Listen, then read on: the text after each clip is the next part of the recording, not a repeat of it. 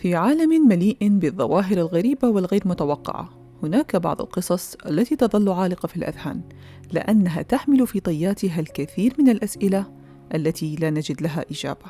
وفي وسط كل هذه الأسئلة يتبين لنا أحياناً أن الحقيقة أبشع مما يمكن أن نتخيل. هذه القصة التي سنغوص في تفاصيلها قصة قاتمة يبدأ فيها كل شيء بمشاعر دافئة، لكنها تتحول إلى أبشع جريمة يمكن أن تتخيلها. قبل أن نبدأ في سرد تفاصيل الجريمة، دعونا نعود قليلاً إلى الوراء، إلى لحظة اللقاء. مرحباً، أنا إيمان، أهلاً وسهلاً في كرايم تايم. لو كنت أول مرة بتشوف القناة، فأنا بقدم قصص عن الجرائم الواقعية وعن القصص الغامضة. لو تحب النوع ده من المحتوى فأنت في المكان الصحيح. ما تنسى الضغط على زر السبسكرايب الموجود في أسفل الفيديو وفعل جرس التنبيهات. ومرحب بك فرد جديد في عائلة كرايم تايم. وهسه خلونا نبدأ. في عام 2015 في مدينة مومباي التقى أبطال القصة لأول مرة. كان الشاب اللي حنسميه راج شاباً طموحاً يعمل في إحدى الشركات الكبرى في الهند. كان يبدو شاباً عادياً عاشقاً للعمل وملتزماً بكل تفاصيل حياته، خاصة عندما تعرف بالفتاة اللي حنسميها سارية، وكانوا بيعرفوا بعض من أيام دراستهم الجامعية.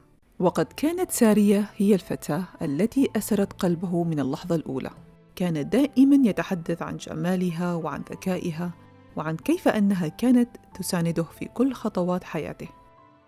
بعد سنوات من المواعدة قررا الزواج، وكان حفل زواجهما حديثاً طار به الجميع من الفرح.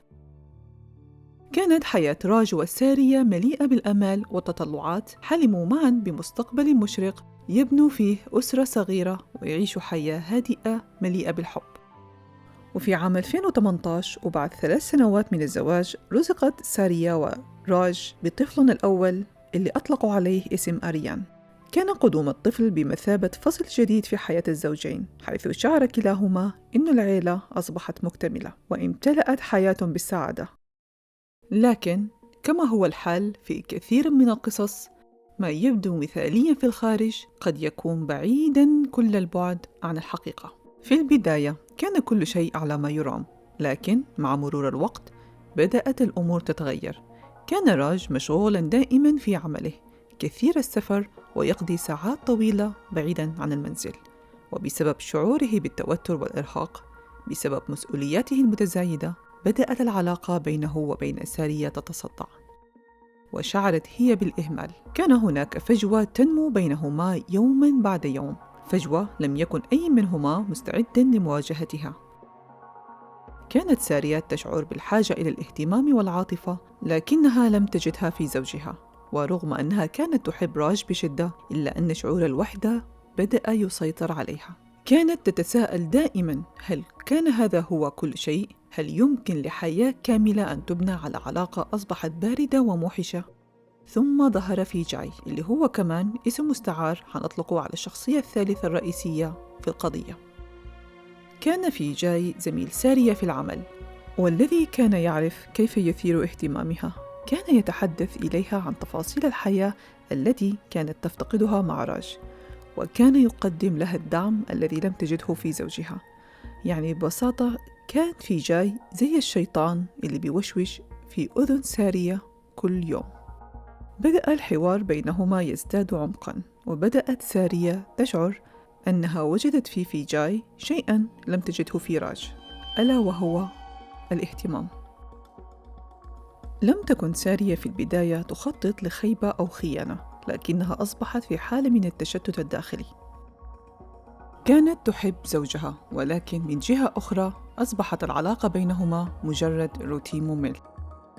ومع الوقت أصبحت مشاعرها تجاه في جاي تزداد يوماً بعد يوم، ولم تتمكن من مقاومة الانجذاب إليه. وفي النهاية ارتكبت أكبر خطأ في حياتها، وبدأت في علاقة غرامية مع في جاي. كانت تخفي هذا السر عن زوجها، وتعتقد أن هذا السر سيظل مدفوناً إلى الأبد، لكنها لم تكن تعلم أن الأمور ستتغير بشكل غير متوقع، وأن هذا السر حيكون بداية النهاية. في أحد الأيام، وبينما كان راج في عمله، دخل الطفل الصغير أريان الذي لم يتجاوز من عمره 3 سنوات إلى غرفة نوم والدته أثناء وجود فيجاي فيها. كان آريان قد استيقظ في وقت مبكر ووجد نفسه في المكان الذي لا يجب أن يكون فيه. رأى أمه وهي تجلس بالقرب من فيجاي بشكل لم يفهمه، لكن قلبه الصغير شعر أن هناك شيئاً غير طبيعي. رجع الطفل إلى غرفته وأصبح يسأل نفسه أسئلة غريبة، يكرر بعض الكلمات التي سمعها. لم يكن يفهم تماماً ما كان يراه، لكنه كان يشعر أن هناك شيئاً خطأ. سارعت سارية إلى تهدئته وأخبرته أن الأمر مجرد حادثة بسيطة، لكن خوفها بدأ يزداد. ماذا لو تحدث عما رآه؟ ماذا لو اكتشف زوجها كل شيء؟ كان هناك حل واحد فقط في عقلها. كانت تعلم أن هذا الطفل قد يصبح تهديداً لحياتها الأسرية، وكلما تذكرت كيف كان زوجها سيكتشف الخيانة، كلما تزايدت رغبتها في التخلص من هذا التهديد. وهنا بدأت الفكرة السوداء تتشكل في عقلها. في تلك الليلة انتظرت حتى نام آريان بعمق، ودخلت غرفته بخطوات بطيئة. كانت إيديها بترتجف ودموعها منهمرة، لكنها لم تتراجع. اقتربت منه ببطء، جلست بجانبه ووضعت إيديها على شعره برفق، كما لو أنها تحاول تهدئة ضميرها للحظة. ثم وبقلب ميت وضعت وسادة فوق وجهه الصغير وضغطت عليه بكل قوتها. حاول الطفل المقاومة، حرك يديه الصغيرتين وركل برجليه، لكنه كان ضعيفاً جداً أمام قوة والدته. استمر في المقاومة لبضع دقائق حتى بدأت حركته تخفت، ثم توقفت تماماً. رفعت سارية الوسادة ببطء ونظرت إلى جسد طفلها الصغير المسجي أمامها. كان كل شيء قد انتهى. لم يعد هناك تهديد، لم يعد هناك خوف، لكنها لم تشعر بالراحة، بل شعرت أن شيئاً بداخلها قد تحطم إلى الأبد. في صباح اليوم التالي استيقظ راج كعادته، لكنه لاحظ أن المنزل كان هادئاً بشكل غريب. عادة ما يكون آريان أول من يستيقظ، يركض في أرجاء المنزل ويملأه بالحياة، لكن ذلك الصباح كان مختلفاً.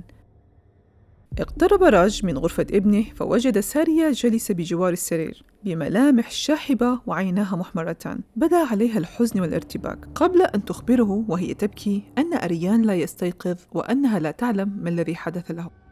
تجمد راج في مكانه واندفع نحو السرير محاولا إيقاظ طفله، لكن عندما لمس جسده الصغير شعر ببرودة غير طبيعية. كانت اللحظة التي أدرك فيها أن ابنه لم يعد على قيد الحياة.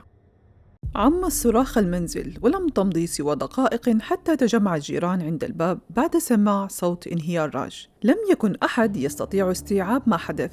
كيف يمكن للطفل في 3 من عمره مليء بالحيوية والنشاط أن يرحل بهذه الطريقة المفاجئة؟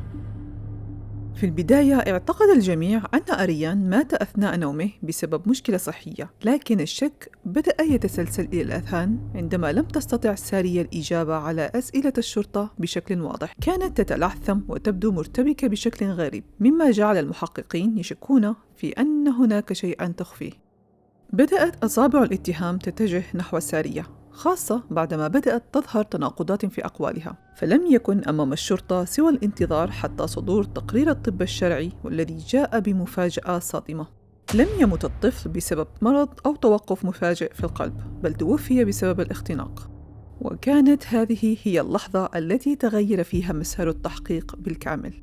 عندما تمت مواجهة سارية بالتقرير حاولت الإنكار، لكنها لم تستطع الصمود طويلاً، ومع الضغط المستمر انهارت في النهاية وأدلت باعترافها الكامل. وقالت: كنت خائفة من أن يخبر والده. لم أكن أريد أن أخسر كل شيء. عندما علم راج بالحقيقة كان وقع الصدمة عليه لا يوصف. كيف يمكن للمرأة التي أحبها والتي وثق بها أن تتحول إلى قاتلة؟ وكيف لها أن تقتل ابنهما البريء لمجرد الخوف من الفضيحة؟ وفي لحظة غضب كاد أن يهجم عليها داخل مركز الشرطة، لكن الضباط تدخلوا ومنعوه. رفض راج الدفاع عنها بأي شكل من الأشكال وقرر أن يقطع كل علاقة بها. لم يحضر حتى محاكمتها، بل أعلن أمام الجميع: هذه المرأة ماتت بالنسبة لي في اللحظة التي قتلت فيها ابني. بعد اعترافها لم يكن هناك مجال للرحمة في المحكمة. وجهت إليها تهمة القتل العمد، وبسبب وحشية الجريمة وبعد جلسات طويلة مليئة بالغضب والدموع صدر الحكم النهائي: السجن المؤبد دون إمكانية للإفراج المشروط. لم تكن هناك أي شفاعة أو استئناف يمكن أن ينقذها من مصيرها، فالمجتمع نفسه لفظها وأصبحت منبوذة حتى بين السجينات الأخريات. تحولت سارية من زوجة وأم إلى قاتلة، وفقدت كل شيء بسبب قرار خاطئ. لم يكن خوفها من الفضيحة مبرراً لقتل ابنها، لكنه كان الدافع الذي قادها إلى ارتكاب واحدة من أبشع الجرائم. أما راج فقد ترك المدينة ولم يعرف عنه شيء بعد ذلك. البعض قال أنه غادر الهند نهائياً، بينما قال آخرون أنه عاش في عزلة تامة، غير قادر على تخطي الألم الذي سببه له أكثر شخص وثق به. لكن السؤال الذي يبقى مطروحاً هو: هل يمكن للإنسان أن يكون بهذا الضعف؟ هل يمكن أن يدفعه الخوف من العار إلى ارتكاب جريمة بهذا الشكل؟